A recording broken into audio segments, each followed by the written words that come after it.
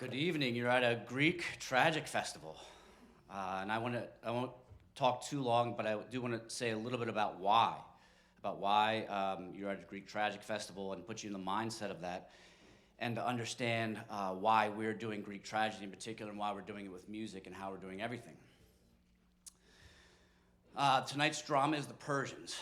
The Persians is set in a time when the Athenians were suffering through nearly a century of incessant war.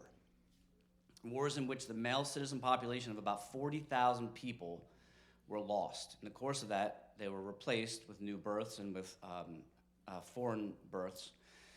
But they had single battles in which they lost 40,000 men. The records we have show that Athens was at war almost incessantly in their own territory, outside their own city gates, for almost 100 years, 3 generations. And this is the period in which the Athenians invented acting. Ironically, arguably, this is the period in which the Athenians invented this art form, as well as produced their greatest architecture, their greatest sculpture. And that's a interesting thing to ponder in and of itself. It's in the same century that they had devastating, ruinous warfare from which they never recovered, that all their brilliant masterpieces of tragedy have survived. The ones that survived are from this period of brutal warfare. It starts in 490. The Persians came to Greece. They wiped out another Greek city. They took it off the map. They carried its population into slavery. They planned and arrived at the beach of Marathon to do the same thing to Athens, but the Athenians won the Battle of Marathon. But they were under an existential threat from the largest empire the world had ever seen. The Persians returned 10 years later with a 1 million-man army, according to Herodotus. They burned and looted their city, and they destroyed their defensive walls in 479 BC. The Persians is about this second invasion, specifically the naval Battle of Salamis. The Athenians were victorious overall, but their city, their houses, their temples, their places of worship was ruined, torn down.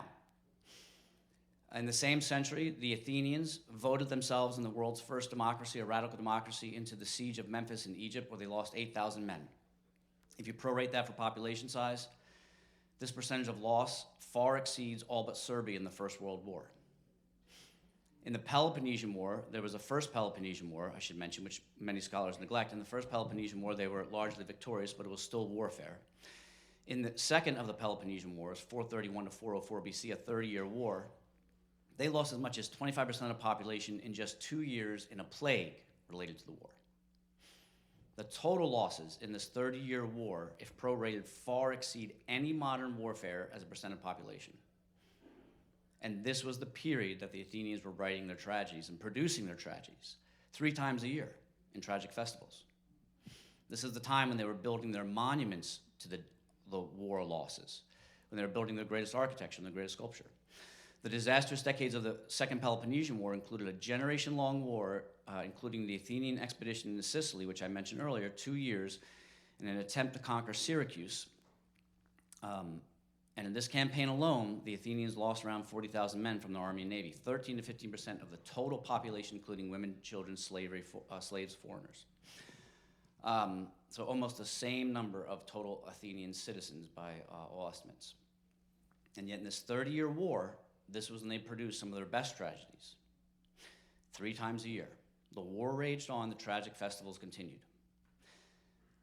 The Hercules Project is a nonprofit dedicated to using Greek tragedy in particular, and our initial inspiration came from the work of a VA psychiatrist, Jonathan Shay, and he argues that tragedy was invented by the Athenians as a form of therapy for, of, and by veterans.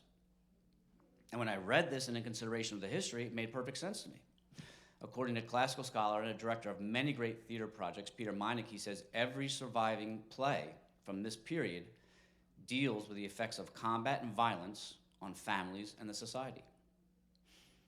The issues of the tragedies are timeless: betrayal in the chain of command, suicide, the reintegration into civilian life, the trauma of combat, the loss of beloved comrades in battle.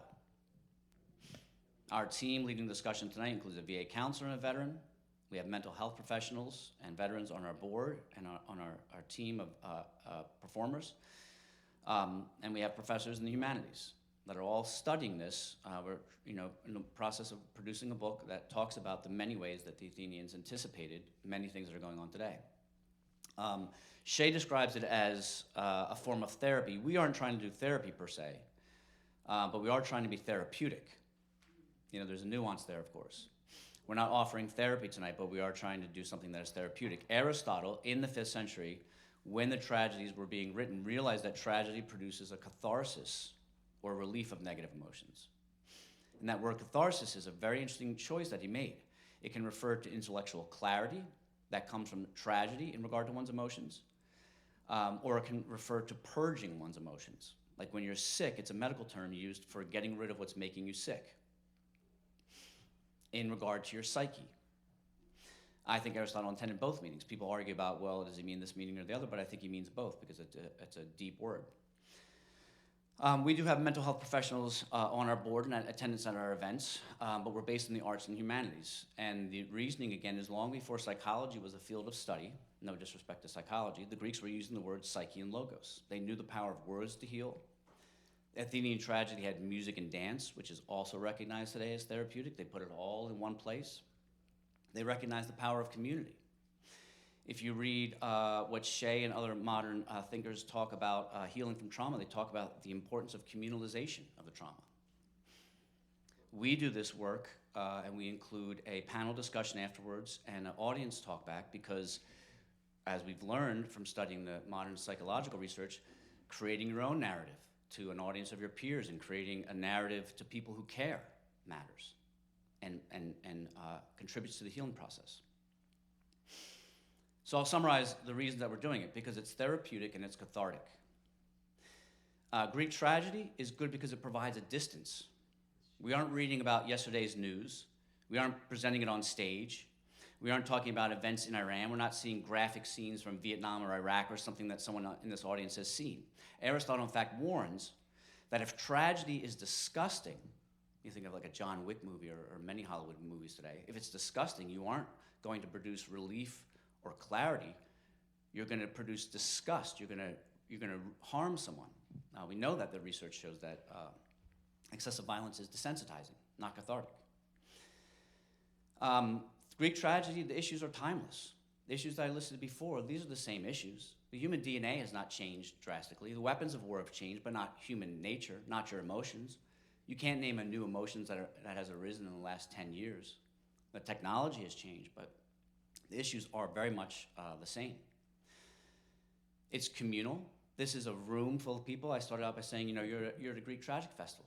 The Greek, the Athenians, they sat the generals who were responsible for other people's lives in the front row. Everyone could see them. They were seated shoulder to shoulder with the comrades that they fought with in war, in the same units, in the same family units that they fought with in war. That's how they were seated to watch these tragedies that told the stories that they had lived through. It's removed even in the Athenian world because it's usually mythologized.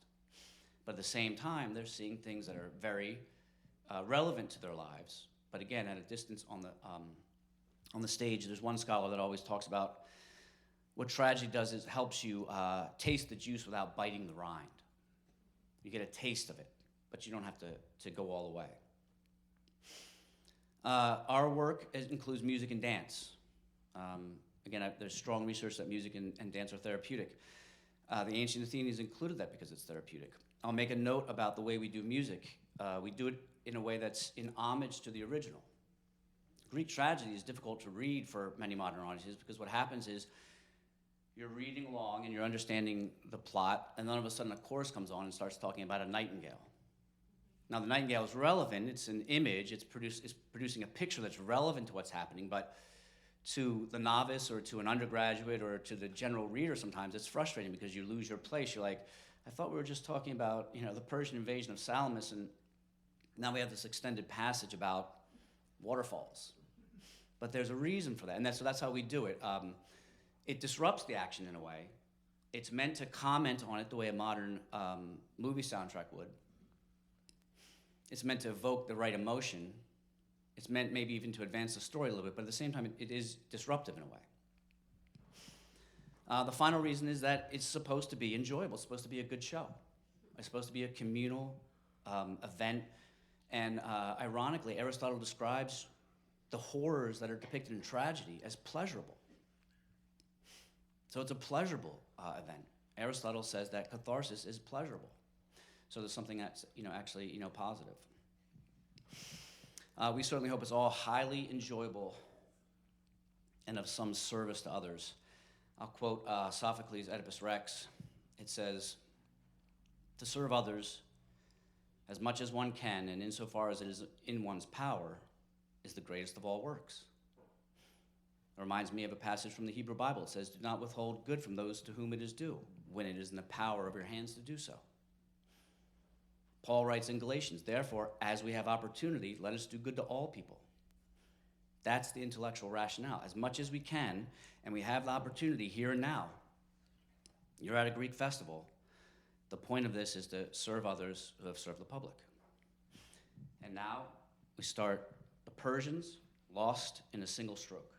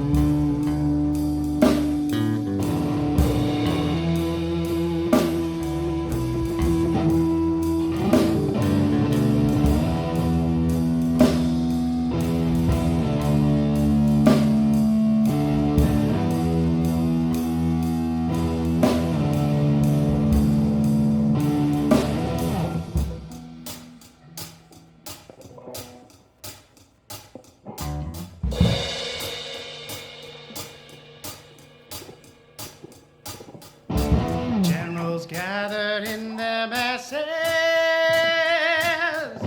just like witches at black masses. Evil minds that plot destruction, sorcerer of destruction. In the fields, the bodies burning, as the war machine keeps turning. Hatred to mankind, poisoning their brainwashed minds. Oh Lord, yeah.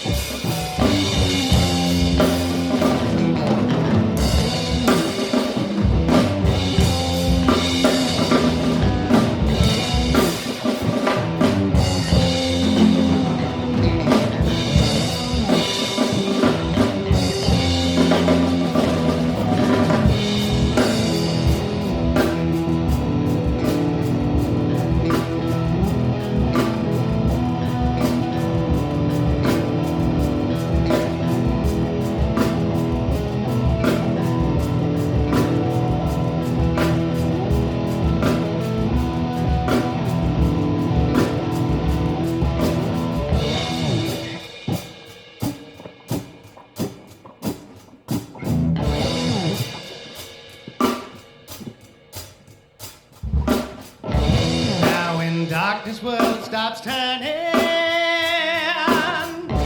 Ashes where the body's burning. No more pigs have the power. And the God has struck the hour. The judgment God is calling. On the knees the war pigs crawling.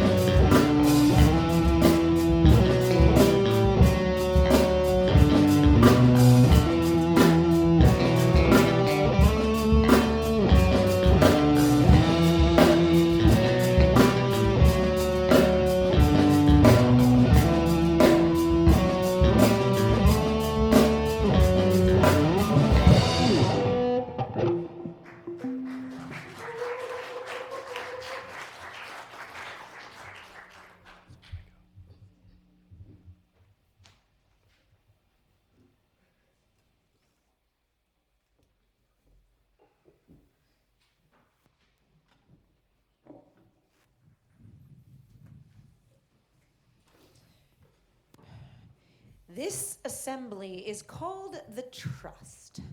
We are the guardians of wealth and an abundance of gold in the capital of Persia, while the Persian army has gone to Greece.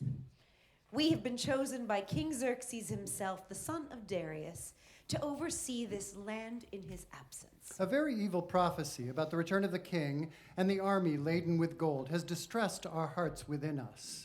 All the might of the Asian people has gone, but the young men cry out, and no messenger or cavalryman has returned to the city of the Persians.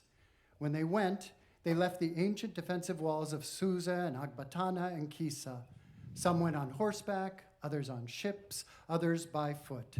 They drive the army on, overseers of a massive body, including archers and horsemen, fearful to look upon and awesome in battle.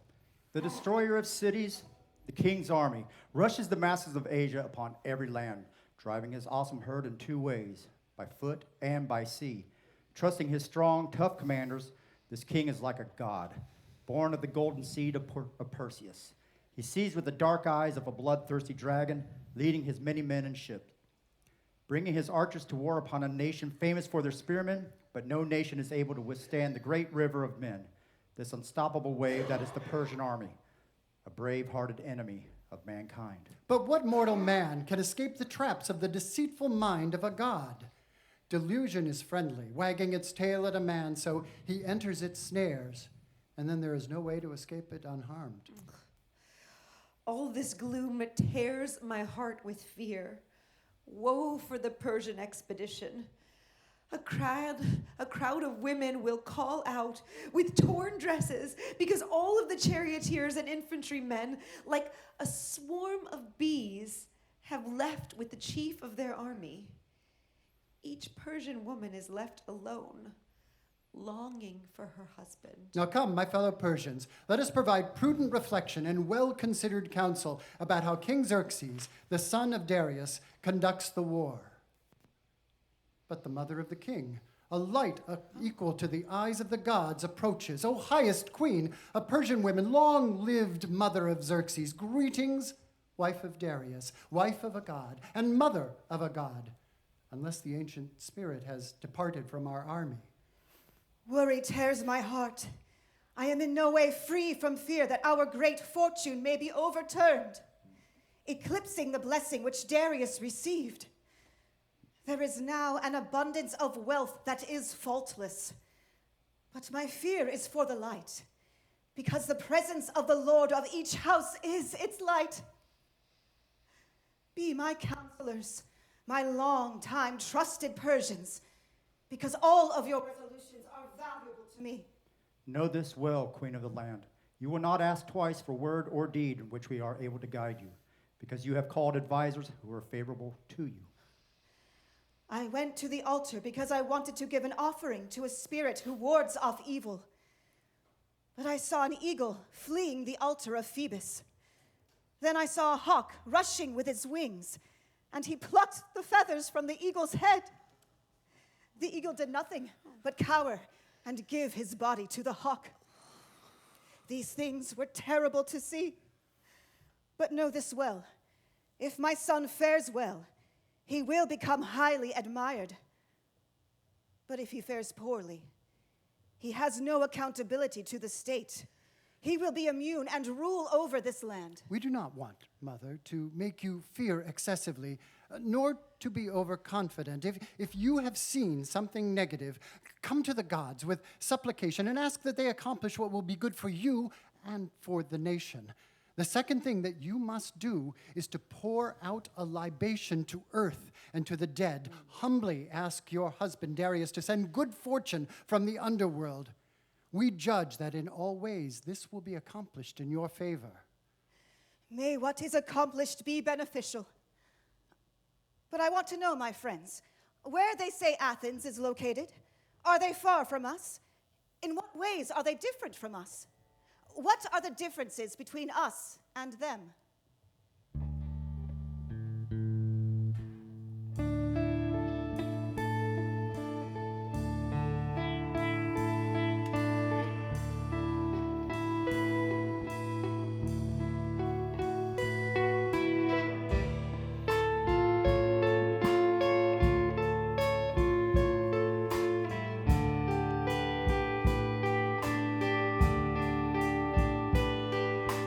Us and them.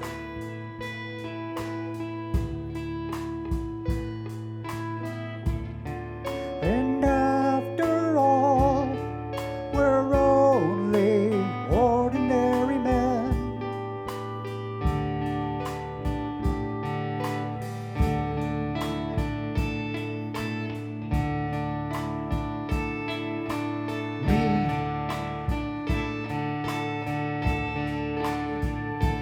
And you,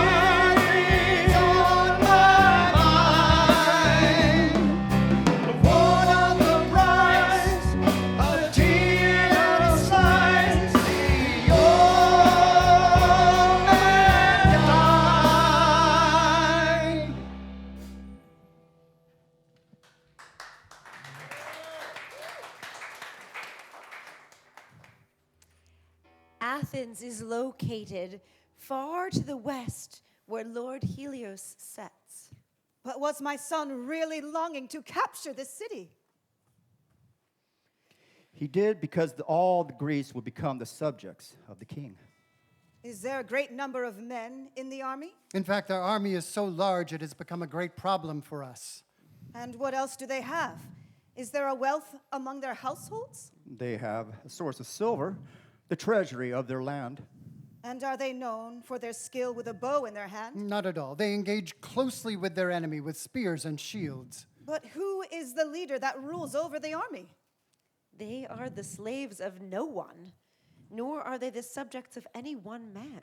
Then how can they stay firm against an enemy invasion? Just as they did against many fine men in the army of Darius at the Battle of Marathon. You are saying terrible things to the parents of those who have gone there. It seems that you will soon have an accurate report, because here comes a Persian messenger, and he clearly brings important news, good or bad. O cities of all the lands of Asia, O land of Persia and store of great wealth, how has so much abundance been lost with one stroke? The flower of Persian youth that went away has fallen. Oh, it is evil to be the first to report evil. Still, I must explain all of the suffering. Persians, the entire army of our people has been destroyed.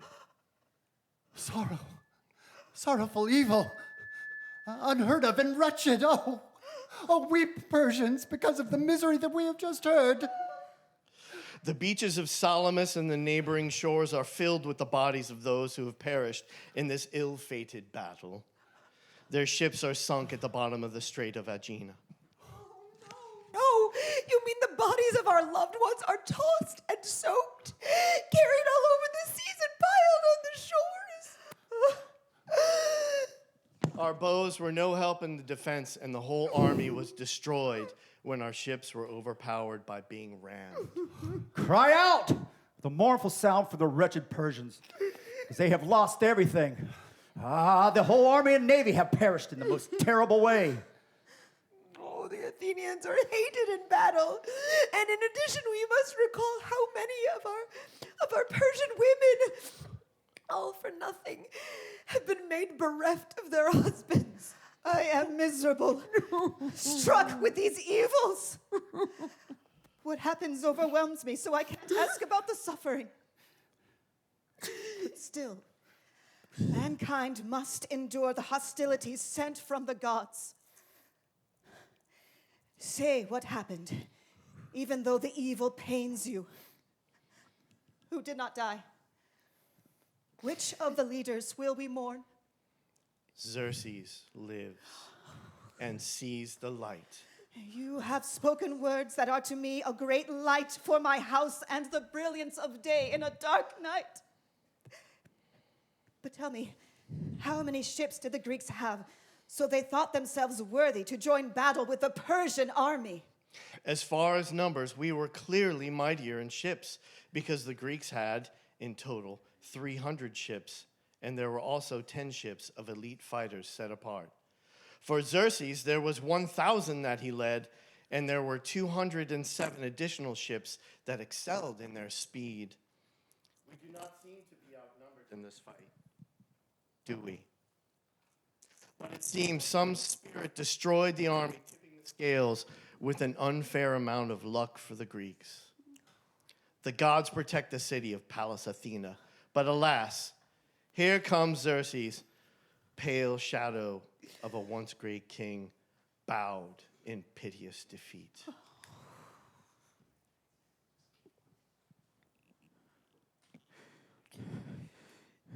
I never thought I would return in rags and ruin.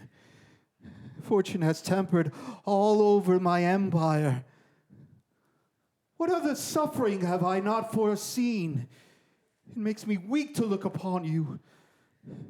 I wish I were dead with all my army.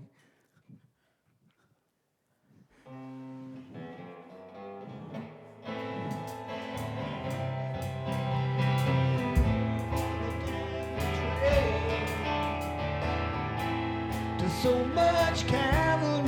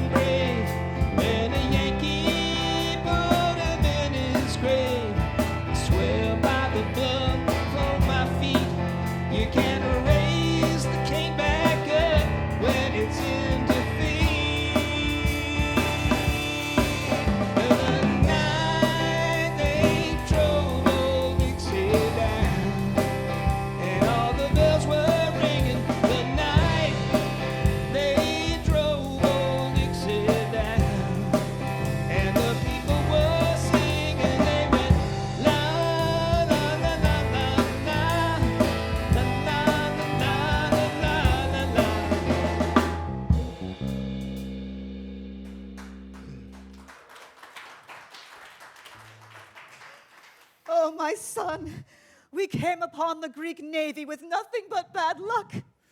We are unfortunate in war, the whole Persian race. That is true. This was a great loss, a great misfortune, and a blow to me. Is there anything that has been preserved from what was entrusted to you from all of Persia, from Babylon and India and the Nile?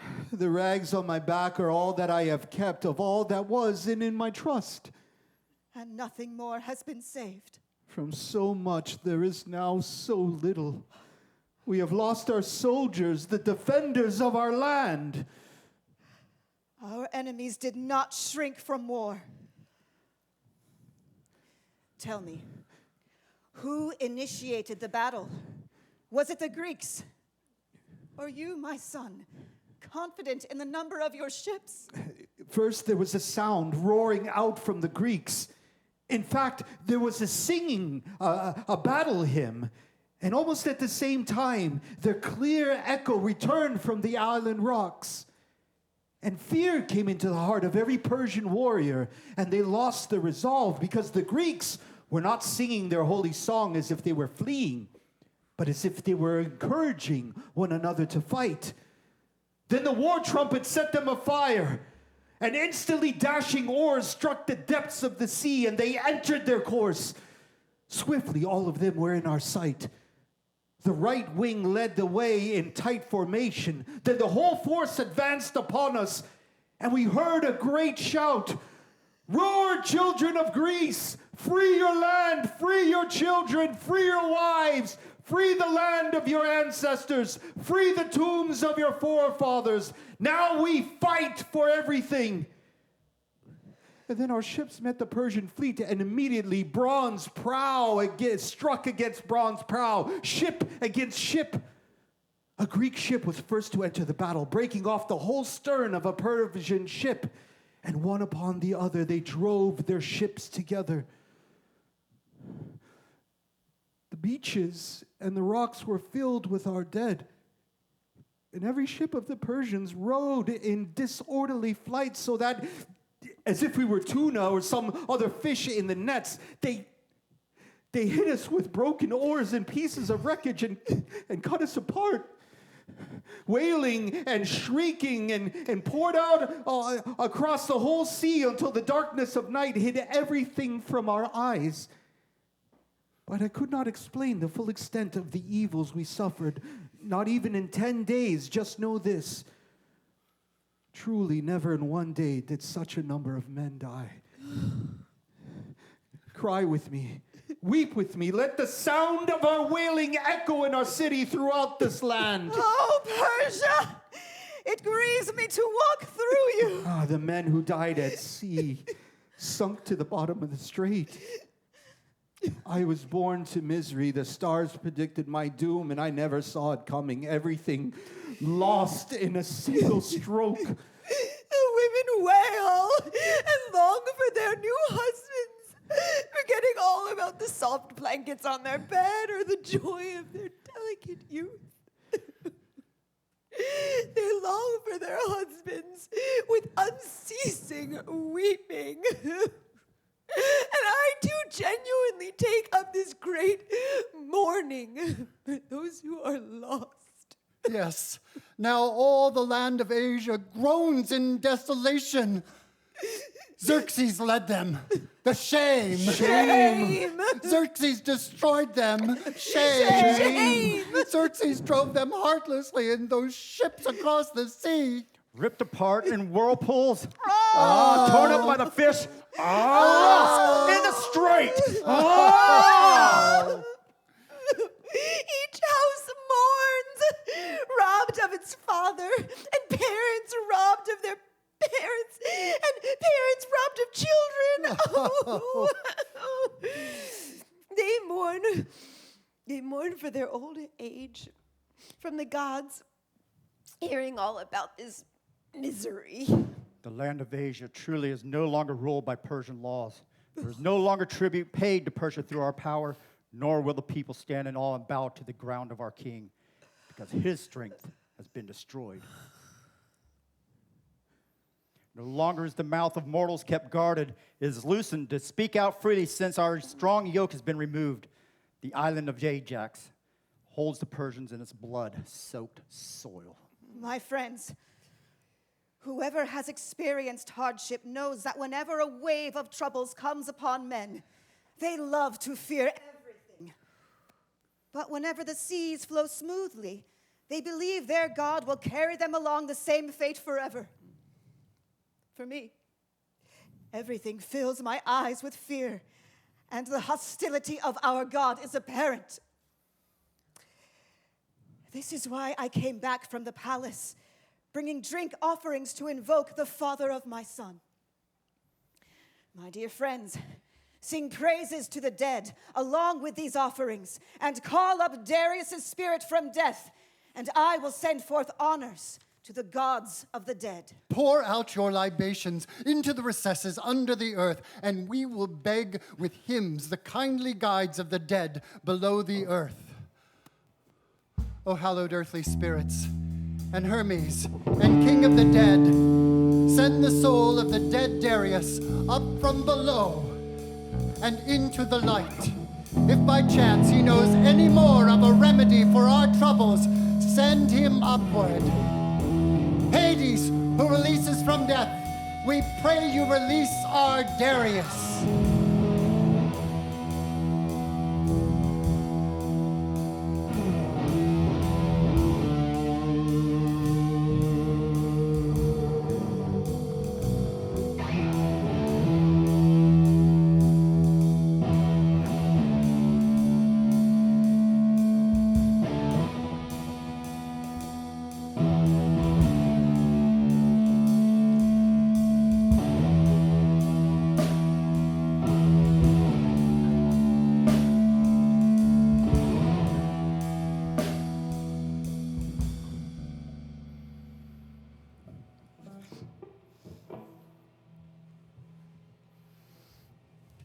Oh, most faithful of the faithful, what burdens burden the state?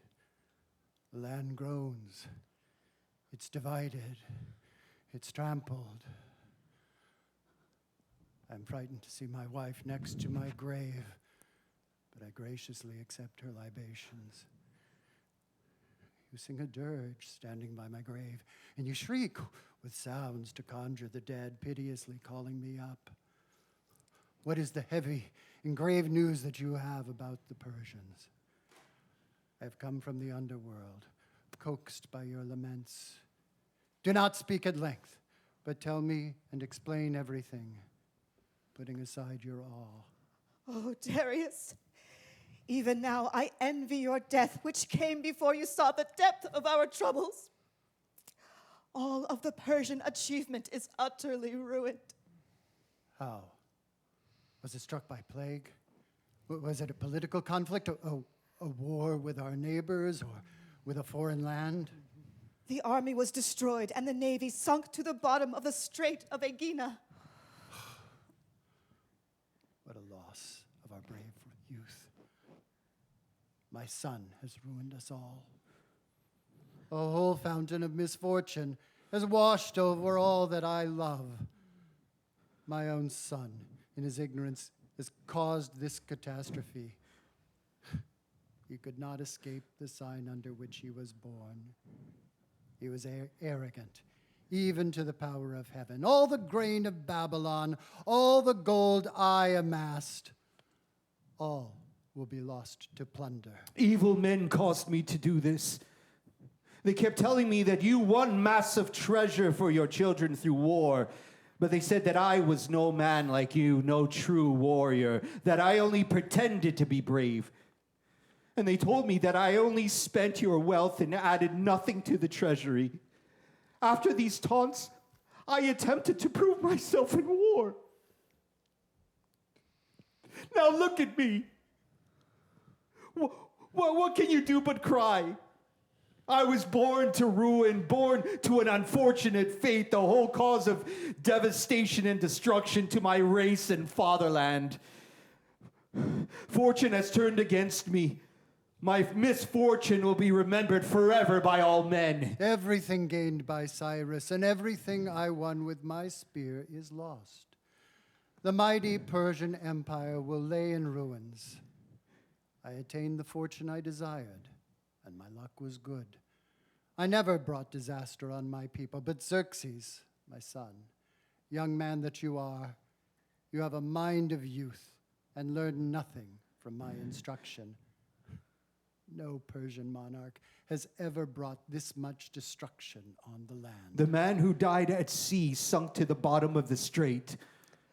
I was born to misery. The stars predicted my doom, and I never saw it coming. Everything lost in a single stroke.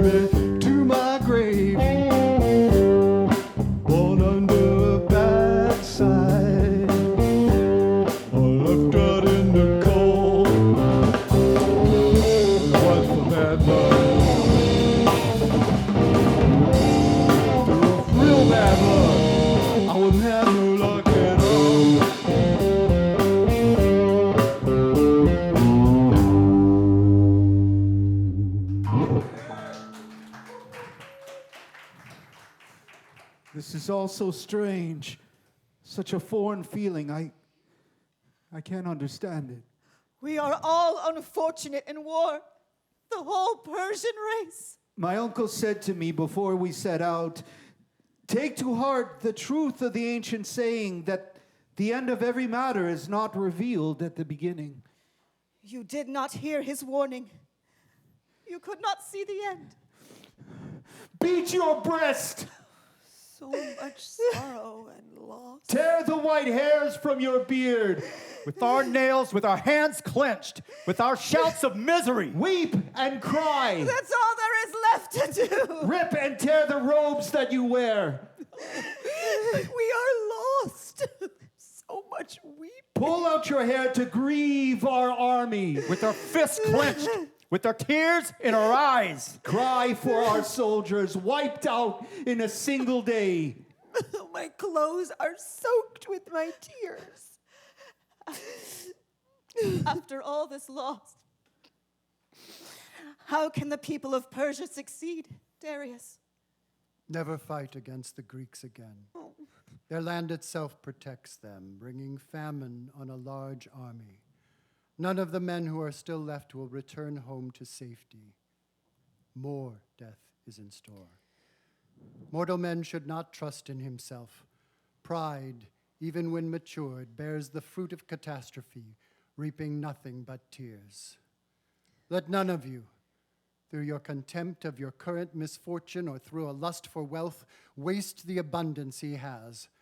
God, in truth, corrects hubris, and his correction comes with a heavy hand. Now that my son has been rebuked by the voice of God, admonishing him to be prudent and reasonable, rather than self-reliant, proud, and rash, you, my wife, mother of Xerxes, go and bring suitable clothing for your son. He grieves his misfortune, and his royal robes are torn and tattered. Comfort him. Be kind. He will listen to you. Now, I must return to Hades.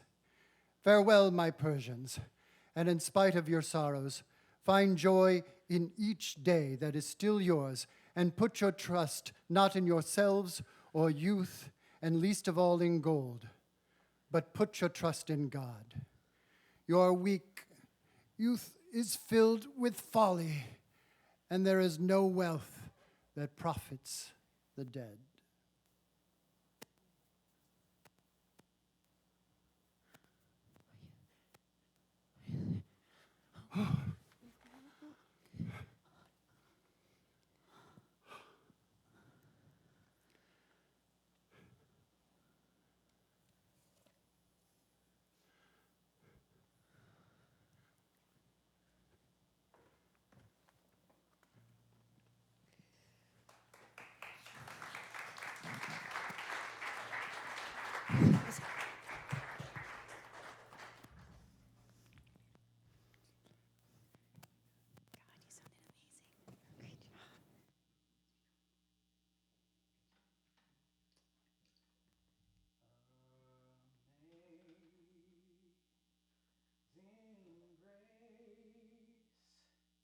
How sweet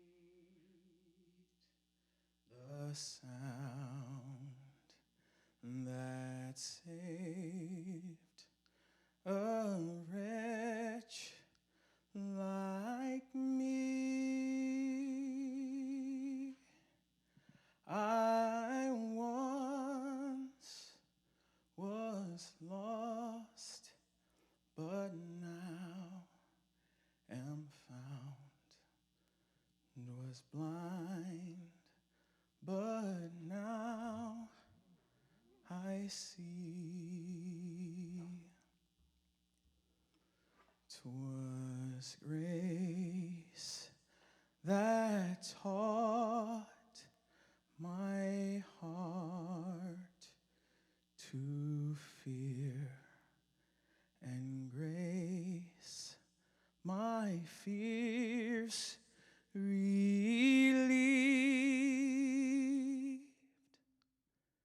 How precious is that grace appears the hour I first believed. Through many dangers, toils, and snares, I have already come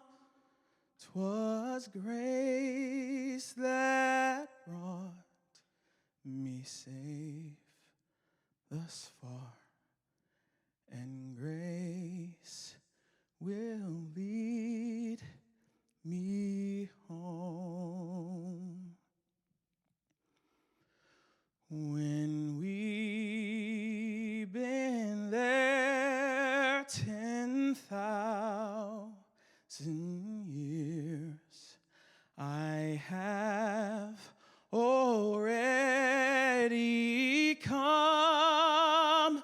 'Twas grace that brought me safe thus far, and grace will lead me home. Amazing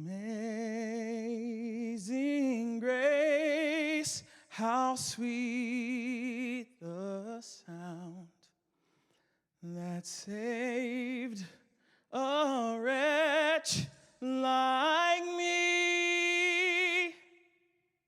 'Twas grace that brought me safe thus far, and grace will lead me home. And grace will lead me home.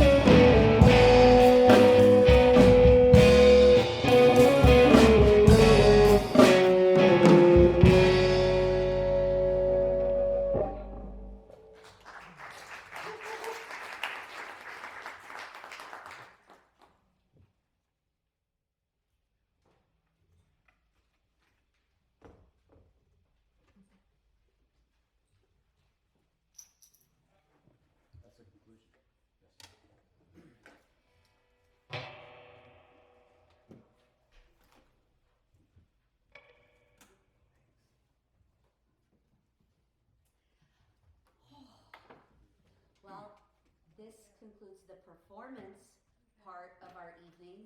We're going to take a short 10-minute break, chance to get some refreshments, for our panelists to come on stage, and then we invite you all to not just be a recipient of these Greek tragedies, but for you to participate, to ask questions of people who have lived experiences like this, and to understand why these tragedies that are 2,500 years old still have so much meaning for us, and as Sean said, not as therapy, but to be therapeutic. So we thank you all so much. Let's meet back here in 10 minutes. Okay. So, as far as we know, that part that you just saw was the primary part of the Greek festival. As Sean said, that would happen 3 times a year, and it was, you know, as the VA psychiatrist Jonathan Shay said, these playwrights were veterans, the actors were veterans, and the audience were veterans. So everybody kind of got it in a way that today, or I do this with my class. How many of you think that 20% of the population serves in the military? Today? No. Okay, some of you are in the know. How many of you think 10%? By the way, I've had students say 40%. No. Okay? Exactly.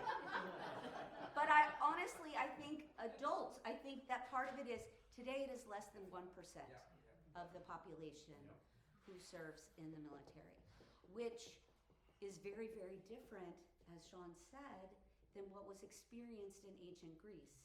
So I kind of think that in our setting, we need a liaison. We need a little bit of help in understanding the power of these plays and what they can mean for a veteran audience. And in turn then, what that can mean for a civilian audience. What that means in a democratic society where we vote for the leaders who send our men and women in harm's way. What is our responsibility then to these people who have served their nation? But how can we help them? How can we live up to our responsibility if we don't truly understand these struggles? So this panel is our connection. It is our ability to understand how what these ancient Greek playwrights wrote thousands of years ago is still relevant today. Okay? And also, by the way, for our veteran and panel, processing trauma is a journey. Okay, this isn't a one and done. And a lot of the research shows that as much as these types of activities are important and significant and a first step in this journey, it is honestly the creation of art that can take someone even further. And with that, I would like to invite our lead panelist / facilitator, Elizabeth Jackson. I first met Elizabeth Jackson at the Mayor's Veterans Council probably 10 years ago. And she had seen Ajax performed for veterans, and she immediately got it. She came up to me and was like, I want to help. And she has been instrumental from that moment on in every single event, in every state, in every facility, every training that we have done. So we are very, very grateful. Elizabeth is an Army veteran as well as a social worker with the VA. So, and again, after that first time that she saw Ajax, it inspired her to create the art. So she's going to start by sharing a poem that she wrote after. And by the way, this was night 1 of our Greek festival. All right, tomorrow night is the second night, Ajax. Not gonna say it's a comedy, but anyway, we invite you all to come so much. Please, Elizabeth. Thank you. Okay, Elizabeth Jackson. I am an Army veteran. I deployed to Iraq in 2003. My husband is also an Iraq veteran, was in the Army. I was not a social worker when I was in the military. I was a truck driver. Yeah, I went truck driver to social worker. That's a little odd journey, but it was an interesting one, and I love it. And all three of my children are now serving on active duty as well. And to give some perspective, to tie back into the 100 Years' War, my children have deployed to the same areas that my husband and I did 23 years ago. Thank you. Thank you. And when I first came back from Iraq, I was like, where do I fit? Like there was this, I'm supposed to be, mom, I'm supposed to be June Cleaver, but I'm also, and was in the military, so I'm supposed to be G.I. Jane, and how do I fit these two personalities, June Cleaver and G.I. Jane, into one body? Like what does that look like? And I couldn't, and I felt so alone. And I actually got invited to go speak in front of Congress and the Secretary of Defense at that time. And afterwards, we went to see, at that time, the Theater of War, and they read a portion of Ajax, and particularly the part where he dies by suicide. And I can't tell you what it touched that day. It just awoke something. I had always written poetry. I had always been interested in the arts, but something in me that connected me to the arts had died. And that night when I saw the dramatic reading of Ajax, something cracked open and I woke back up, if you will. And so I'm gonna read the poem that I wrote when I went back to my hotel room that night. And then we will introduce this lovely panel. Forgive my phone, I've got it, I didn't print it out, so it's on my phone here. I stand here in between. I stand here in between, trying to find my place. Trying to find that place to which I belong, that place where I find a sense of peace, a sense of harmony, a sense of balance. I stand here in between, standing in both worlds, but belonging to none. My strengths and loyalties twined into an eternal knot, slipping between the two worlds, but never finding a home. Never finding understanding, caught forever in the in-between. Forever alone, even among the masses. I stand here in between, trying to find my place, trying to find the place to which I belong, the place where I find a sense of peace, a sense of harmony, a sense of balance. I stand here in between, ready to make a choice, but incapable of sacrificing the other half, incapable of becoming something that I am wholly not. How can I turn my back on one part of myself in order for half of me to belong? Or would I just be living a lie, living a half untruth? My integrity and soul would crumble and dry out from lack of substance. So I stand here in between, trying to find my place, trying to find that place for which I belong. That place where I find a sense of peace, a sense of harmony, a sense of balance. I stand here in between while my heart, my mind, and my soul wage a war of truth. My heart screams for intimacy and closeness. My soul rages at the idea of giving even a little piece of myself away in order to comfort something as insignificant as my heart and my emotions. My mind fights, trying to bring peace and harmony to the battlefield of my ravaged psyche, while I stand here in between, standing in both worlds, but belonging to none. Thank you.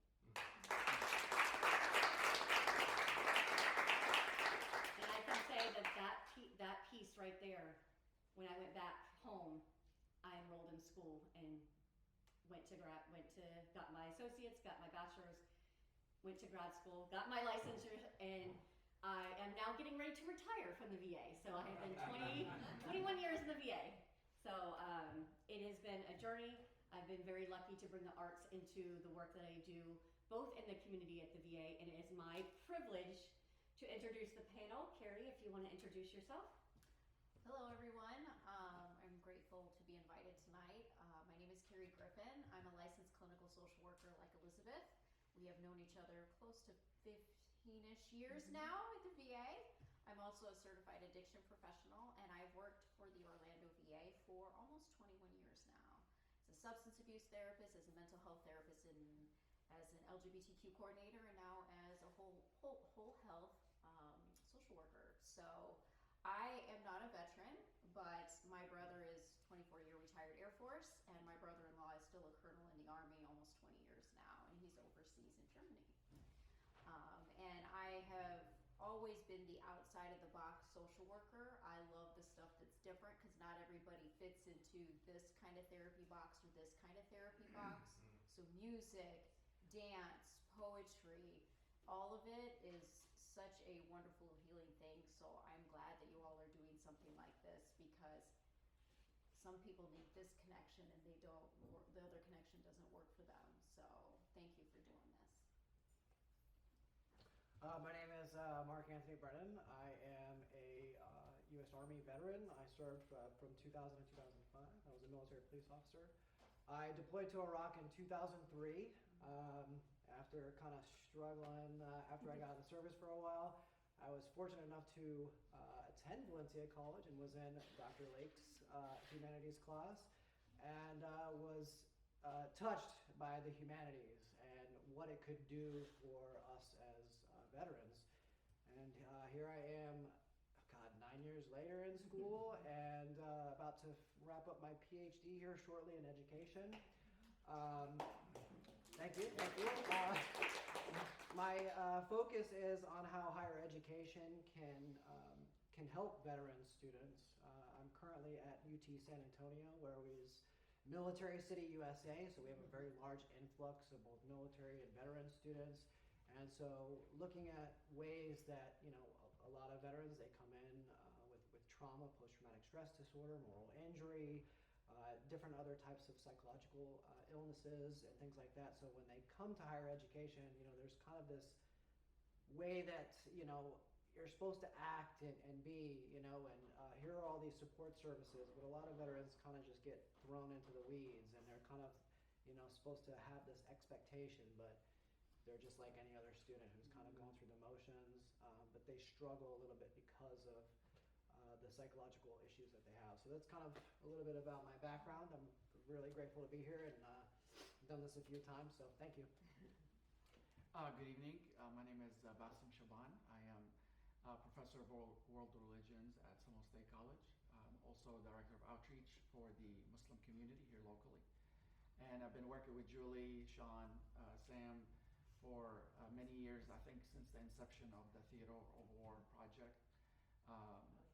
We've invited them to the Muslim community, a lot of the veterans who participated. We've worked with Elizabeth in the VA for many years as well. And our role is basically to bridge the gap of understanding.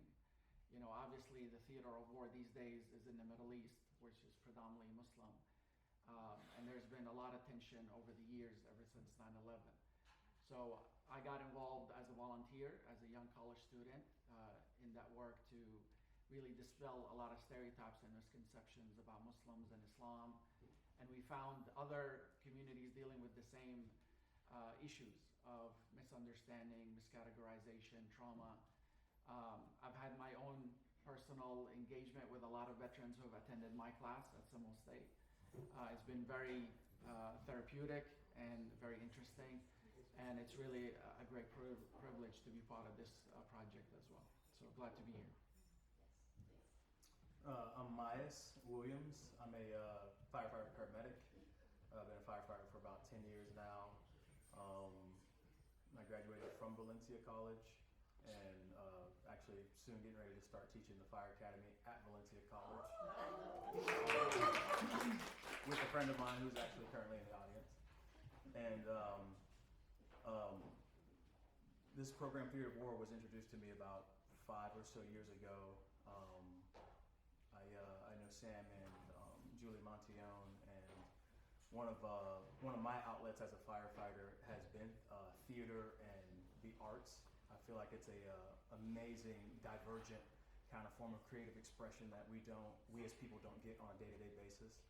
And I think that the arts is a segue into, you know, emotional, you know, healing and healing a lot of the traumatic things that we all go through on a day-to-day basis, especially, you know, servicemen and women and firefighters, first responders, police officers. And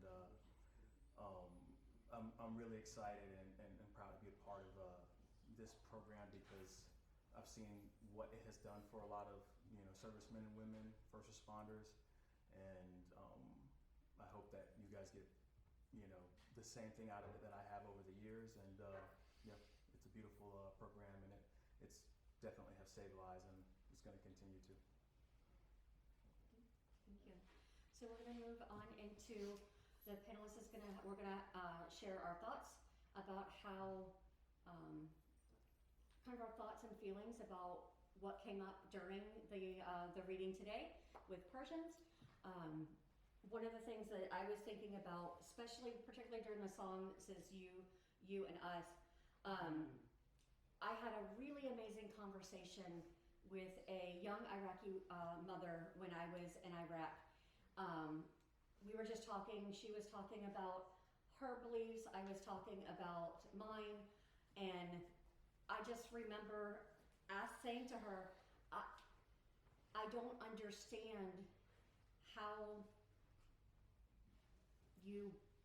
some of the things that you believe, or some of the things, I think one of the things that I said to her was, I could never be beneath a man, or something along those lines, because I didn't have an understanding of Islam. I didn't have an understanding of I hadn't read the Quran yet, but after going to Iraq, I was actually gifted Quran and read it. And something beautiful that she said to me, she goes, because when I deployed, I left my 3.5-month-old son behind, and she said, you left your son to fight. I will never have to fight, because our men, my husband, my sons, will always fight for me. And I thought that was very beautiful. It was very different than the way I think, but it was very beautiful that she was like, I will never have to. And that was really kind of an eye-opener for me to realize that we can have different beliefs, different values, different ethics, different everything, but we're still human at the core, and it's okay. We can all still be together. We can all still have a conversation that is polite and respectful, and it was absolutely beautiful. And after that conversation, I actually she gifted me a Quran that one side was in Arabic and the other side is in English, and I started to read it that night, and I came to learn that it's a very beautiful religion, and it gave me a whole new perspective, and also changed my way of thinking about why we were there as well. And then the second piece was when they started blaming Xerxes. I can't tell you how many times we were put into situations that we should never have been there. They were situations that we were never going to win because somebody was trying to make a point. Somebody was trying to make a point to their higher ups. Somebody was trying to get a medal. Somebody was trying to get a promotion. That really, I felt that deep when they started really just blaming Xerxes. I felt it, because I can't tell you how many times we were put in positions that we didn't need to be there. And I'm going to pass it on to you before I start crying.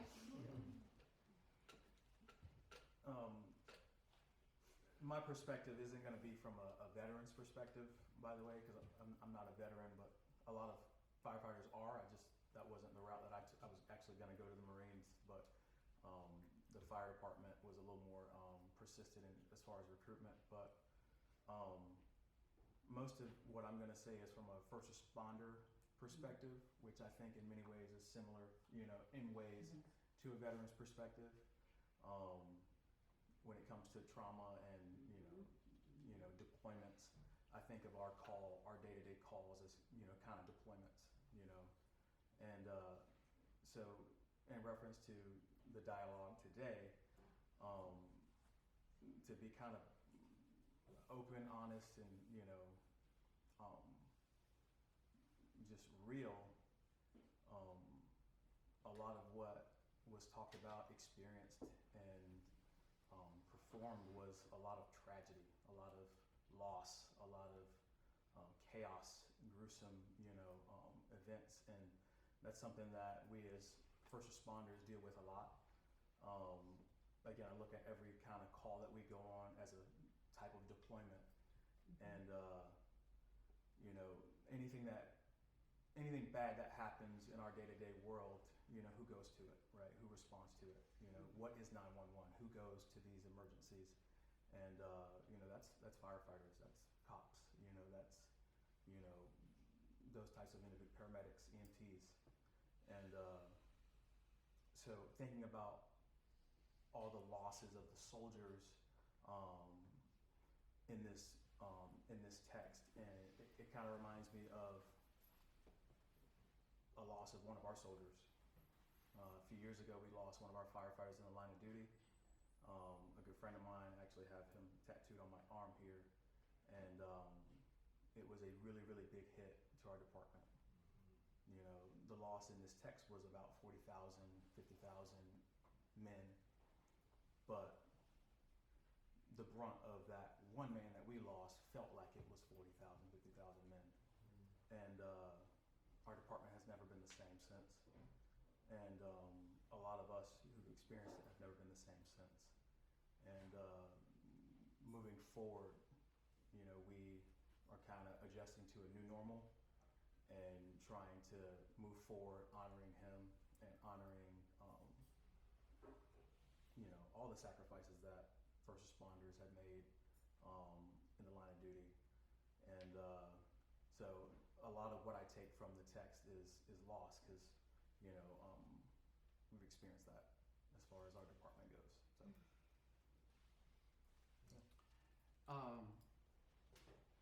I remember a few years ago, I was listening to NPR, and I was listening to this interview with this Vietnam vet. He was about 60 years old at the time. And he was remembering an encounter he had with a Viet Cong, enemy soldier. And the man, what I was interested in realizing, he was crying like a baby in this interview. And the radio has a very particular way of getting you into the feeling without seeing it visually. And he was talking about how he went back in his 50s to that same village where he was a combat soldier. And he reunited with that very soldier he encountered.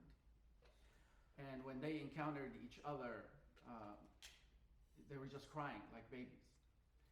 And what surprised me was that after all these decades, this 6-year-old man, a Vietnam veteran, he was crying because all of this emotion and trauma was built in. And this interview opened up a lot of things for him. Just like my brother here talking about tragedy, I think, especially in the last part of Darius rebuking his son, and how his son was pushing back and saying, look, these are evil people who are taunting me to push me to do this. And it's a reflection of all of these wars that have taken place. And I think Sean said it very eloquently in the beginning, how technology will change, but the human spirit will never change. The emotion, the feelings, who we are as people will never change. No matter where we come from, will never change. And I think that's the concept of loss, that all of these things did not need to happen. And if you just imagine any type of, let's say, peak of history, of an event in history that could have went a different way. Let's say after 9/11, or during the Vietnam War, or before it escalated, and so on and so forth, all the way down to our wars today. Could there be a different way to solve this problem or to end this threat? If you look at history, there would have been, because it has happened, whether it's peace treaties or pressure in economics and so on and so forth. Because to me, when we talk about military service, you're talking about what the country has gone through for a long time with the title of the Department of Defense. The military is there to defend the country, not to occupy other countries. But now you see this mentality of, no, we need to call it the Department of War, going back to World War I, World War II mentality. And to me, that's the tragedy of the tragedy, that these things could have been avoided. Thousands and millions of lives could have been saved But it's where I think Julie said it very nicely when we're talking about the population of the military in the US, how low it is, and how the standards of the military have to go down because the young people are in a different standard now of health and so on. So when I say the tragedy of the tragedy is the avoidance of escalation of something that is going to be uncontrollable. And there have been presidents and military leaders and so on and so forth who have said, be careful where we take this country. And I remember a great speech by Dwight Eisenhower. Literally, it's like a Hollywood movie. The last speech of his presidency before John F. Kennedy took over the next day. He coins, this beautiful speech about be careful where we're sending this country. As a former general of World War II, who had to make the unbelievable decision to send young people to death, to guaranteed death in D-Day. And he said, be careful where we are sending our country. And he coined literally the phrase military-industrial complex. He's not attacking the military. Obviously, he can't do that. He's military brass. But he's talking about the business of war, how that can escalate us into an uncontrollable path. And unfortunately, we've already surpassed that. So I think when we learn from these ancient tragedies and wars that they are replicated constantly because we're human beings, whether we're Persians or Greeks or Romans or Americans, these issues need to be learned in order for us not to only not repeat the same mistakes, but to hold our leaders who make these decisions accountable so they do not send our brave sons and daughters to an uncontrollable and an impossible situation. Because I agree with Elizabeth. To me, the victims were not just the Afghanis and the Iraqis, they were also the American soldiers who were put in an impossible situation. They're not there to, be the police of Afghanistan and Iraq and so on. They're there to end the threat. And when they are put in that situation and they come back with all this trauma and injury and so on, that is heartbreaking to me personally. And that's why I love working with Julie and others on these projects, no matter what we can do. But to have these repeated concepts and stories from Vietnam to World War II, World War I, on and on, all the way now to Iraq, Afghanistan, and the new war of today, that is the tragedy of the tragedy. And it's up to us, we the people, that still echoes in our Constitution to this day, that we need to stand up, not in a negative or even politicized way, but in a way to live up to our American values. And that's what brought me to this country, and that's why I value this as the greatest country ever in the history of humanity. And hopefully we can continue that. Sorry about that, go ahead. As you can see, it brings up a lot of emotions. Tough act to follow. So as Elizabeth was talking about a little bit earlier, we both kind of deployed around the same time, 2003, which was Operation Iraqi Freedom 1. It was kind of, I don't want to make light of any situation, but kind of, we didn't know why we were there. We didn't know. We didn't know why we were there. And it was kind of a running gag all the time between fellow soldiers. Anytime we would see a statue of a missile or a rocket, we'd go, oh, we found the weapons of mass destruction. So we kind of had like these jokes between each other to kind of get through these times. But when it comes to these dramas, when I got home, again, a lot of my fellow vets can attest to this, is we got a quick 10-minute meeting, welcome home, don't drive for 10 days, we'll see you in 2 weeks. There was no homecoming, there was no, here's support services for you, here's a mental health counselor if you need it. There was none of that. And it took, I'm very open about my experiences, and I'm still in therapy every week to this day, dealing with my trauma, my post-traumatic stress disorder. I was ashamed about it. There's kind of that stigma with veterans and getting help, and I will tell you that I kept struggling throughout life, and it was the humanities that brought me out of that shell that I was in. And as I continued to experience all these different types of arts in a way to express myself that I couldn't do before, I started to feel a little bit of relief. And Dr. Lake can attest to this. The very first semester in this course, it was hell. My grandfather had passed away, and I was just going through like so much of my time at that point in my life. And I heard Ajax for the very first time, and it was like, wow, there's a little something going on here. And you know, with the Persians, it's, you know, the victors get to write the success story at the end of the day, right? And even though we really didn't win, we still kind of wrote that success story, and we've kind of been doing that for the last, I don't know, 40, 50 years. Yeah, anyway.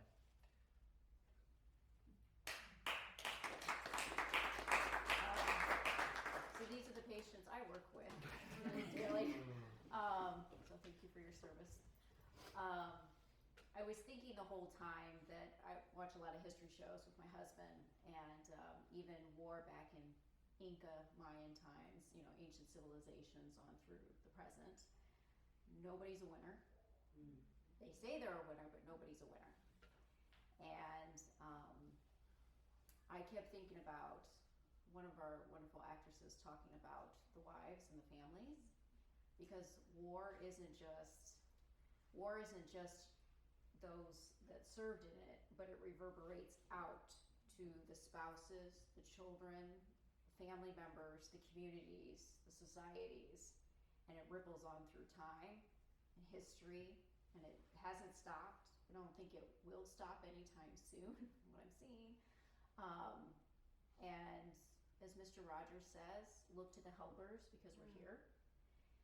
Whether it's with first responders, because I did a lot of that work after Pulse, working with our first responders, and our veterans over the last 21 years, whether it was my World War II and Korean War vets, which are mostly gone now, our Vietnam vets who are definitely more older in age now, and our OIF, OEF, OND, and so on and so forth. And then our reservists that are now getting called back up to leave, that come for their services at the VA. How do I prepare somebody to go back to war again and not know the reason why? And for them to prepare themselves and their family members. And that's a tough thing to do. I've heard traumas in many shapes and forms, 6 patients a day, 5 days a week for 21 years on end.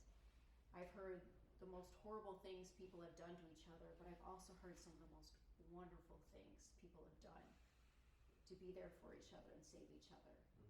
And both are a gift.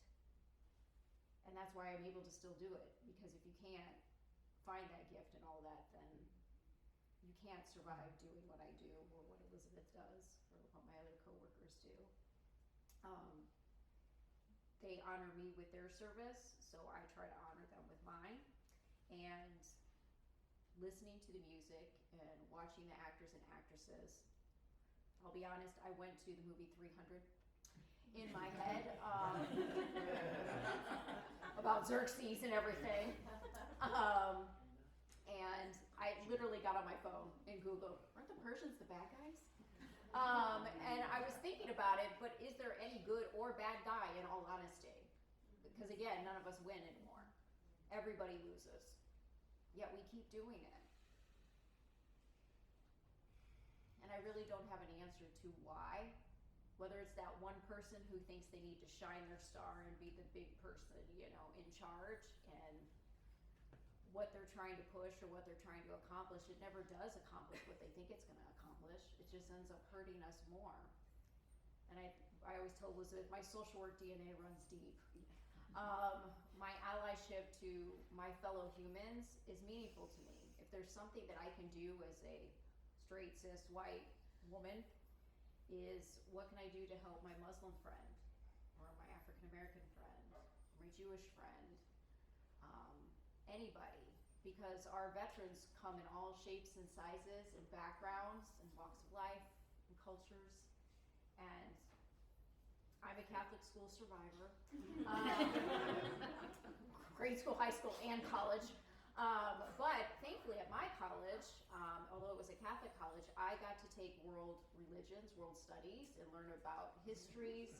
It was wonderful because I got to learn about all of it and respect for all of it. Like Elizabeth was talking about learning from the Quran and things like that. A Catholic university teaching all religions of the world, pretty unheard of. Go University of Dayton, go Flyers. Loyola. All right. And for me, learning about others helps me connect others, and maybe if the wars ever stop or people stop fighting, we'll find a way to peace, which I think a lot of people wish for. But it's not also about the wars that we fight, and I've learned this from my veterans over the years, it's the wars within that are the toughest. They come back, as you mentioned, you come back from war, but the war within rages on and on and on. And a lot of the vets we don't see right away, you're right. They come to us years later. They think they can go to school, they think they can work, you know, and you grieve those that you lost. But then you forget about self, and then later on things start to fall apart, and that's when they come in. So war has casualties, not just there in the midst of the war, but the war has casualties ongoing throughout time, generationally. And to stop generational trauma, because we are all capable of doing that, means we have to reach out for help, even when it's hard to, because all we have is each other. Thank you. So, yes.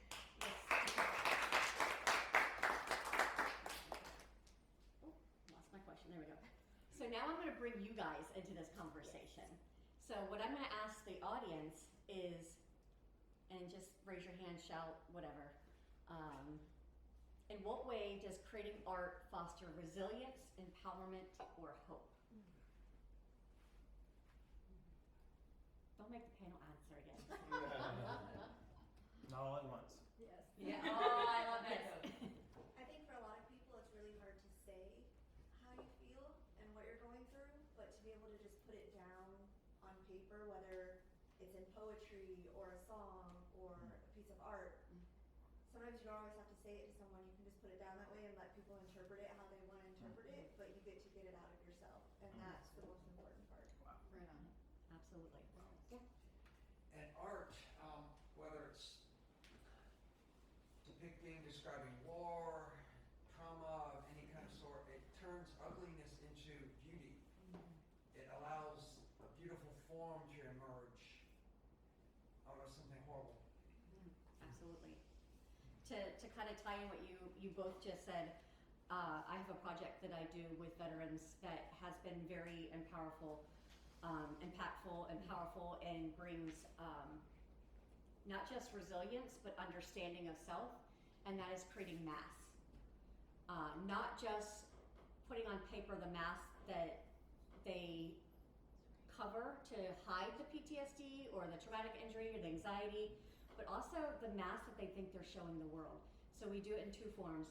The first mask is, if I took the face that I show the world off, what would my PTSD face look like? What would my anxiety look like? And have them color and give meanings to,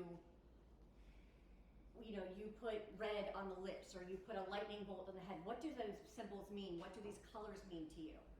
And then have them share that in the group, because it's also easier to share when you've got your hands are busy and you're not just staring at each other across the room, right? If your hands are busy, it's a little easier to share things.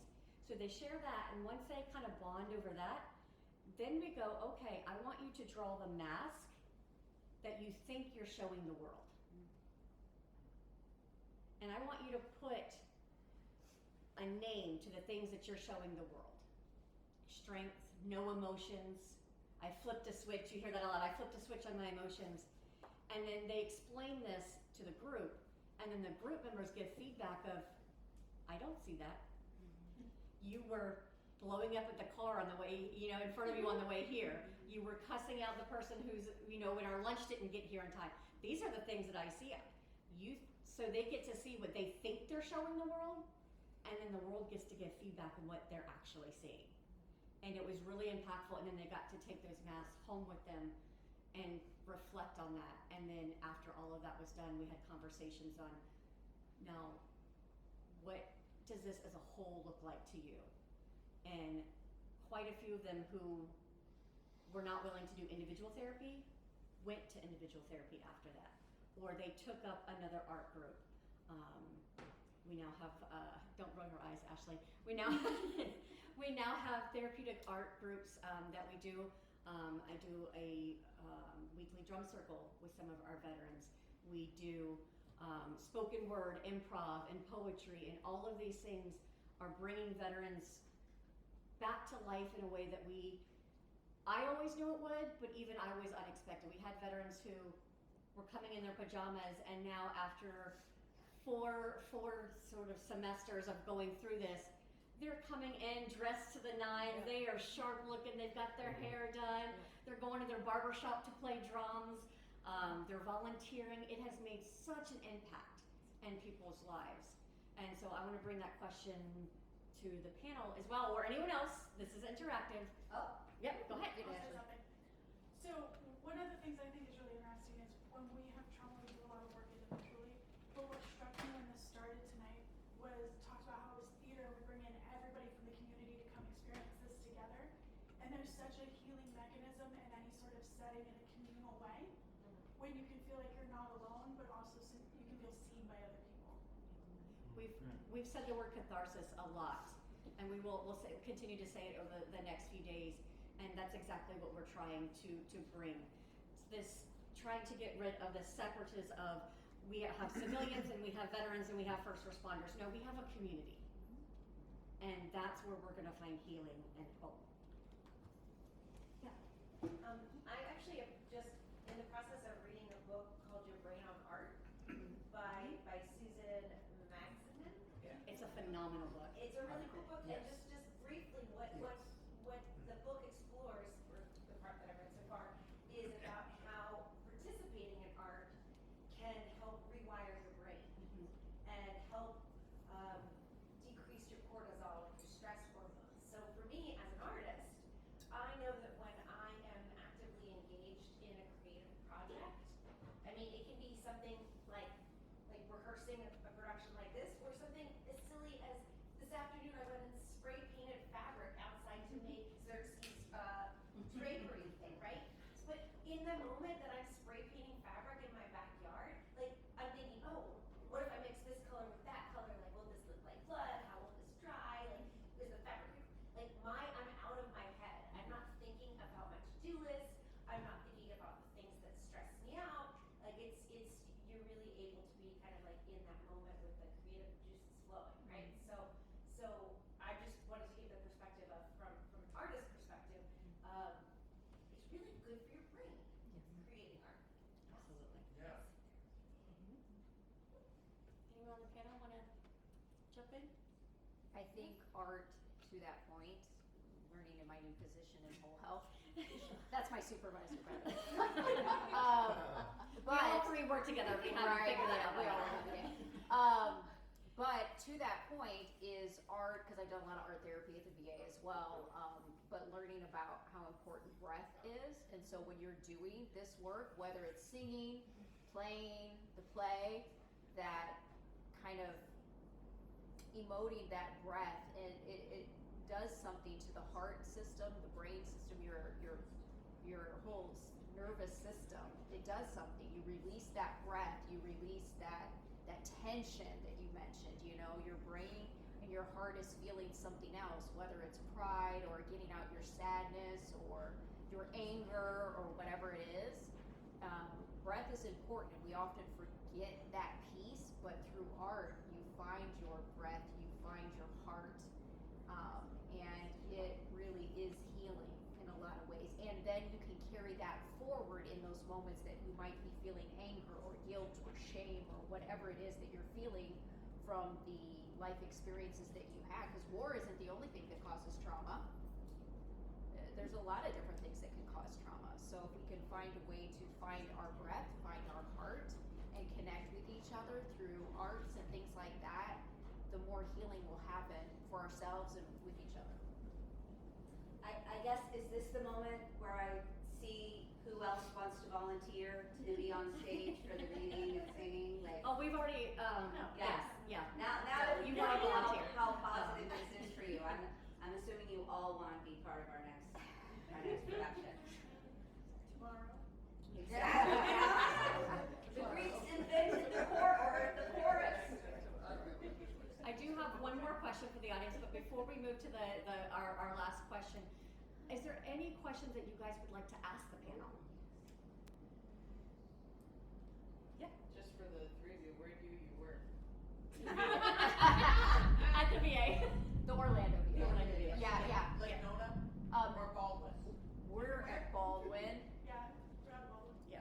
And I cover Volusia County, Brevard County, Seminole County, and Port Orange County, so I'm everywhere. How do you find, like, you're not like on the teal team, right? How do you find your We're with the whole health program at Lake Baldwin, so the Integrated Wellness Center on the first floor. If you are a veteran, you can talk to your primary care doctor or your therapist about a referral to the whole health program or to mental health or whatever. There are so many programs at the VA. The VA is not what it was, unfortunately, when our four Not like Vietnam grandpa's veterans came back. VA anymore. There's as Elizabeth mentioned. I mean, I got to cover some of her creative arts groups, the choir, the drum circle, and things like that. So there's so much now that's available to our vets. If they just come and ask, we'd be happy to help. We don't know to ask about a drum circle. Yeah, I know. So, I know. So I'll do a little shameless plug. So if you want to do whole health, that is just a referral from any provider can do the referral. If you are interested in any of the creative arts program, see me before you leave, and I will take your name. Yeah. Cool. All right. Any other questions for the? Oh, wait, my notes back up. Just on that note, yeah. I just would say, outside of the vet community as well, our community is just engaging in a pilot program of what do they call it? Social prescription, where providers will be prescribing, go to a play or go to a museum or whatever, and that facility will basically be paid for up to 12 experiences by the person getting a prescription. That's amazing. That's cool. What kind of physicians prescribe that? Anyone that signs up with the program. Get it. And what is the program called again? I don't know. It's through United Arts. United Arts. Okay. So we'll look up that information and make sure to get that out somewhere. Probably, I know the last time the information we gave will go on the. It could go on the Hercules Project website. The Hercules Project website, and there was also, they said that they could put it on the the Art Center's Facebook page as well. I went in 2024 or 2024 to the Kennedy Center, and they had neuro arts with Renee Fleming, and that was exactly what the program they had. All of these doctors from Johns Hopkins and researchers, and that was exactly the sort of thing. Like they've shown that dance classes are as effective or more effective for Parkinson's than physical therapy. Like how do we get insurance companies to fund dance classes? Dementia, the Unforgettable Chorus, where they do singing, right? Exactly, the breath work. And again, too, the first responders thinking of what you all go through. And unfortunately, this is a terrible thing, but one of the things that first sort of led us to recognizing why we needed to make connections with first responders was because of the instances of suicide, the instances of domestic abuse were so high with first responders in the same way that they are with veterans. And it was what is going on here, and how can we help this? Because I remember one of the professors at Valencia said that they've lost more people to suicide in their department than they have to even on the job. So, or that is on the job, but yeah. And so it's sort of the what, you know, the common piece is of the puzzle is trauma. And again, as a pure civilian, these are people who are putting themselves in trauma for me. So I have a responsibility to mitigate their trauma. Can I just add one real quick? Please go. To that point, I also volunteer as a chaplain with the Sheriff's Department. And we talk a lot about training for PTSD with law enforcement. And one of the statistics that really resonates is that the average human being in their lifetime sees 2 or 3 traumatic incidents in their whole lifetime. A first responder, whether law enforcement, fire department, paramedics, and so on, within their lifetime, 82. So that's where that connection of the high rates of domestic abuse, suicide, and so on comes from, because of what they see. Yeah. And to tie that in, one of the things that we talk about in suicide prevention is that when somebody dies by suicide, 138 people are affected by that. Yeah. 138 people. And so I also just want to remind everybody, we talk a lot about veterans and first responders, but remember that trauma can touch anyone, tragedy can touch anyone. So a lot of what we talk about is applicable to everyone in the community, even though we focus highly on veterans and war zones and first responders. Trauma can touch anyone. Some of the things that I've had to work on actually came from responding to Pulse rather than when I deployed, even though I had to work really hard on some of the things from when I deployed. Letting a family member know that their loved one has died, that sound when they hear, the sound a mother makes when they found out their child, is something I will never get out of my head. I've had to work even harder for the community tragedies than even when I went to a war zone. But I want to bring this back to the panel for our last question. What role, no, sorry, wrong one. If you can change one misconception about PTSD and creativity, what would it be? Don't look at me. Well, I've seen creativity work so well in helping people heal from trauma. I've seen it happen in many different shapes, ways, forms over the years, not just at the VA. I had a career before the VA. I've been a social worker a really long time. And so I've seen how creativity can help people heal no matter what the trauma is. You just got to find what that outlet is for that person. You know, some people it's drawing, some people it's acting, music, you know, whatever it is. I'm always talking to my patients about creative outlets. You know, what can you do to outlet those feelings? I have a quote board, Elizabeth can tell you, I have a quote board in my office of all the quotes that I love. My patients will come in and take pictures of it. One of the quotes says, I sat with my anger long enough until she told me her name was grief.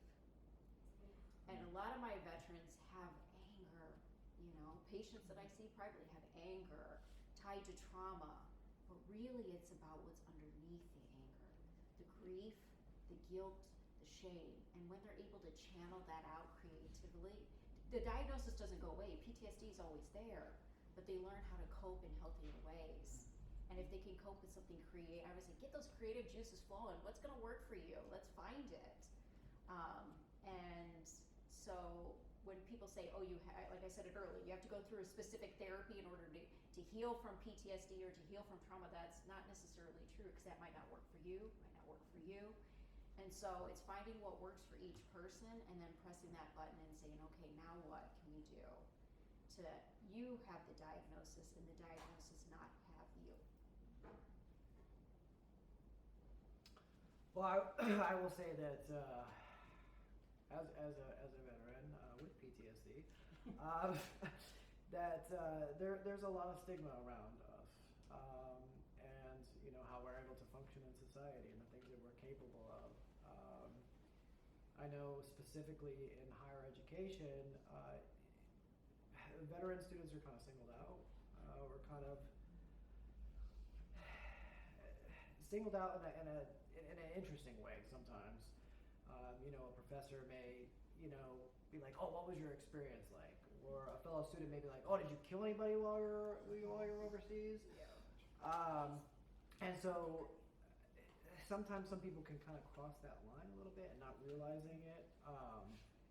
I think, especially when it comes to the arts, as everybody's been saying tonight, is it's a huge way to have a cathartic experience in a community setting.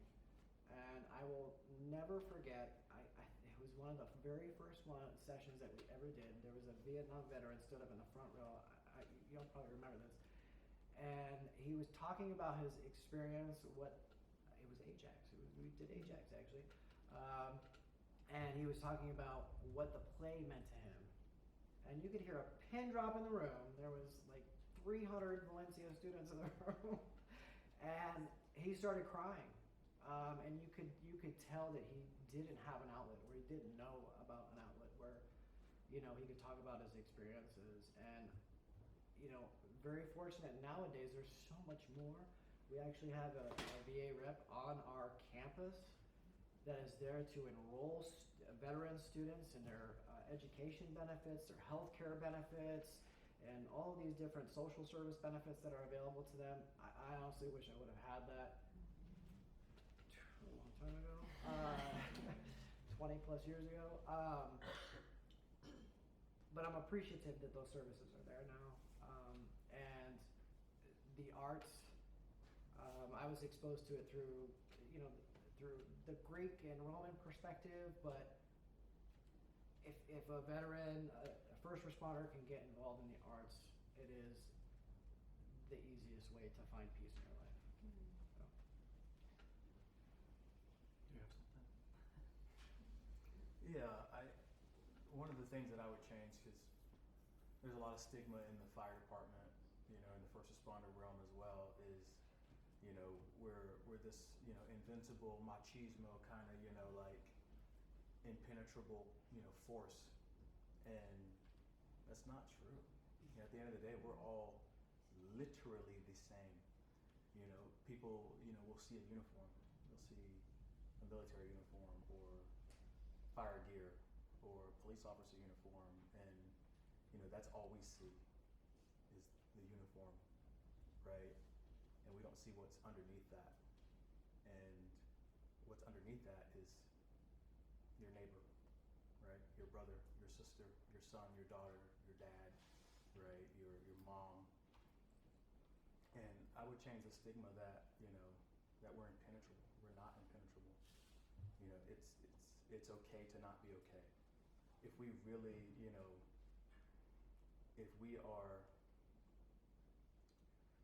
if we're really honest with ourselves, none of us are okay. Right? Like, let's be honest. None of us are okay. If you woke up yesterday in 2026, nobody here is okay. Right? Nobody's okay. And I think there's this stigma in society where we have to deal with trauma a specific way. But in reality, there's no right or wrong way to deal with trauma. There's healthy and unhealthy ways to deal with trauma. Because you can't say to someone who's, was on the battlefield and saw their brother or their sister in battle, be murdered in cold blood, and you can't tell them that drinking alcohol is wrong. It's not necessarily wrong, because what is the right or wrong thing to do when you deal with something like that? It is unhealthy, right? There's unhealthy and healthy ways to cope with the things that we deal with. And something that I would change around, the stigma around these things is, is what society tells us to be. And I think that's where a lot of the shame comes, is we want to uphold an image of what we think we're supposed to be, what we think we're supposed to live up to. When really, we're literally all just the same. We're people just trying to get through tomorrow and the day after and the day after. And society tells us that, no, we're supposed to be this way, act this way, look this way, and, have these types of emotions. And something that has helped me get through the things that I've seen is the arts. You know, it's a form of creative expression, and each of us, everybody in here, has that in them. Whether that's theater, whether that's drawing, whether that's music, whether that's, you know, you're good with, you know, your hands and building things. We all have forms of creative expression. We just all have to individually find those things, and that's what's going to help us get through. Because none of us are exempt from any of these emotions. We do a damn good job at trying to portray that we are, though, right? Social media, we have that picture perfect lifestyle, right? I went on this vacation, and you know, the kids are this way, the wife's this way, and then we, you know, go back home, and then we're dealing with the same issues, the same arguments, the same, you know, traumas, the same stress, the same anger, the same sadness. We're all dealing with the exact same thing. We just put on a mask every single day and try to be people we're not. We're all the same, no matter what you wear, no matter who you are. And I think that when we actually realize Some that. of us just glitter more. Yep. Literally. When we really realize that, we'll see less of the uniform, theoretically speaking, and see more of the person underneath it. Truly. I think one of the great stigma is that people think it doesn't work.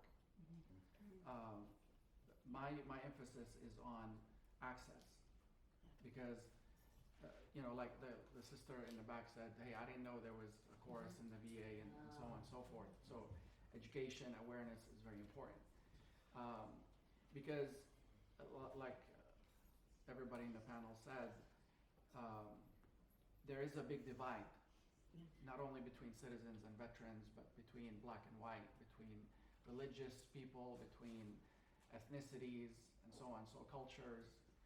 And the reason I was somewhat passionate about that we the people concept is because, you know, I came to the United States from Lebanon at the age of 13. And when I started studying American history, for some reason that stuck with me. Why did the founding fathers write those three words so large, and the rest you can hardly read it? And as I was studying American history, I fell in love with these values. And yes, they're human beings, the founding fathers, they all had issues.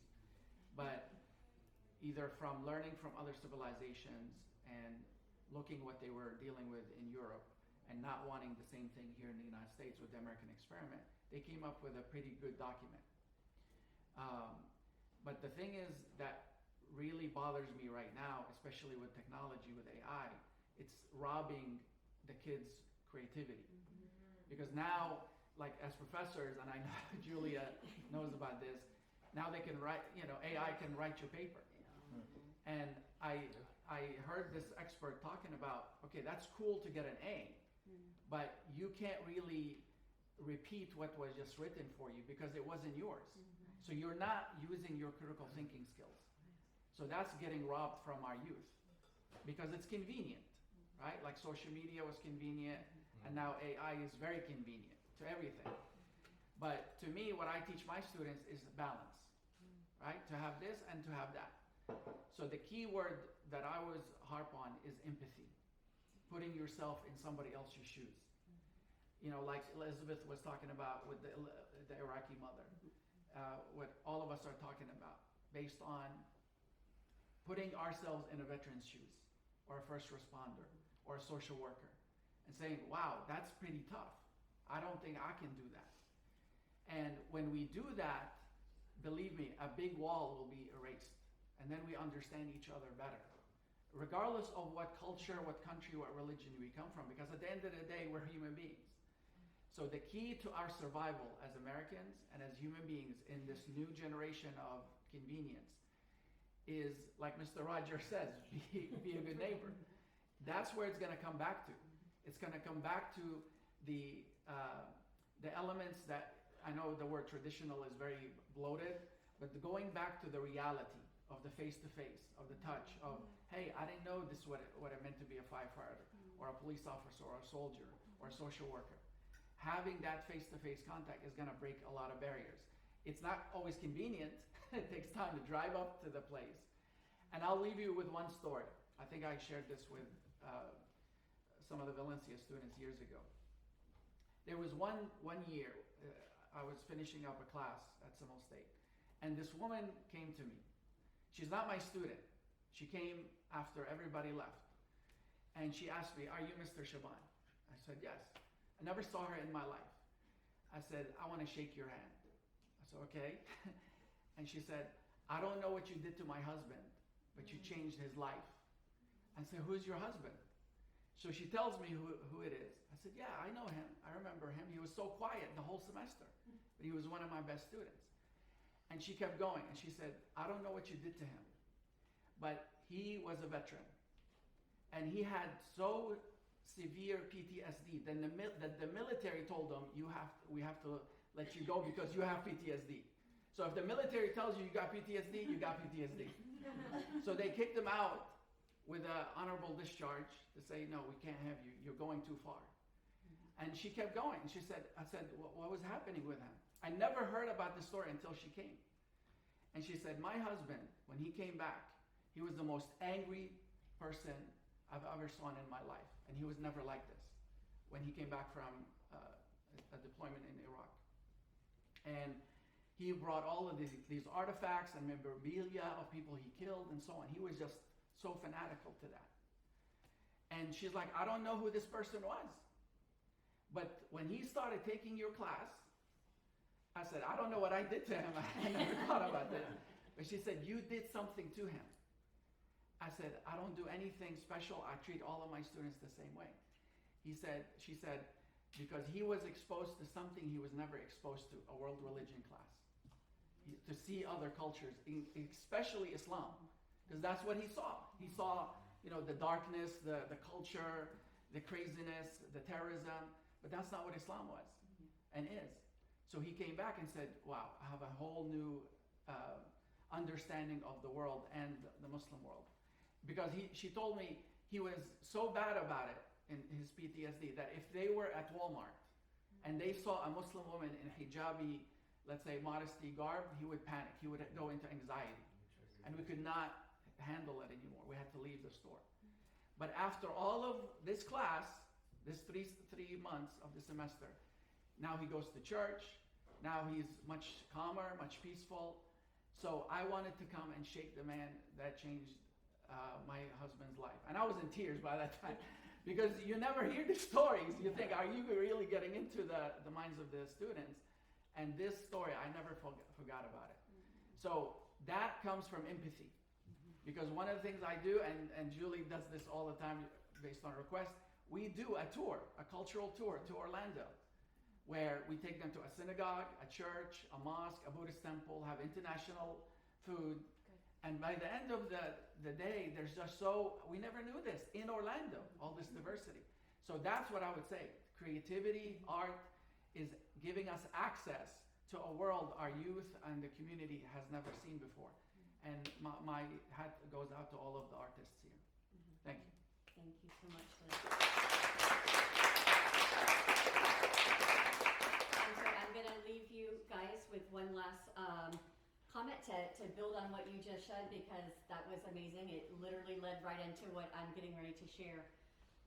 The biggest misconception that I get is from veterans themselves, who say, "My thoughts are too dark to create something beautiful. I can't be creative because my thoughts won't let me." And usually my response back to them is, "Who said art has to be beautiful? Who said the dark can't be beautiful? Art is just a way for you to get all of those thoughts out. Your thoughts do not have to be fairy dust and pixie wings. Art doesn't have to be beautiful. Art doesn't have to be something that somebody else understands. All art needs to be is something that you enjoy or something that gives you peace." And I think that goes very well with everything that we have talked about here today, is when you talk to somebody and they're like, "I don't know if I can because my thoughts are too dark." Who said art can't be dark? Everyone has a little bit of darkness in them, and bringing that out can maybe help you find a light. So thank you to all of our panelists. Thank you to all of our artists and our musicians. And thank you to our audience for being here with us today. So remember, this was night 1 of the Greek Festival. You are invited back again tomorrow, as would have happened in Athens. I also want to commemorate real quick, today is Juneteenth. Yep. And I was thinking that as much as we've talked about that so many things have not changed, wars, widows, orphans, people with trauma, Juneteenth represents a victory. It is when we ended slavery in this country. And I think that shows that we can have improvements. And I am just so proud of everyone who is here and participating in it and is working towards, in fact, making our world better. So, thank you. Thank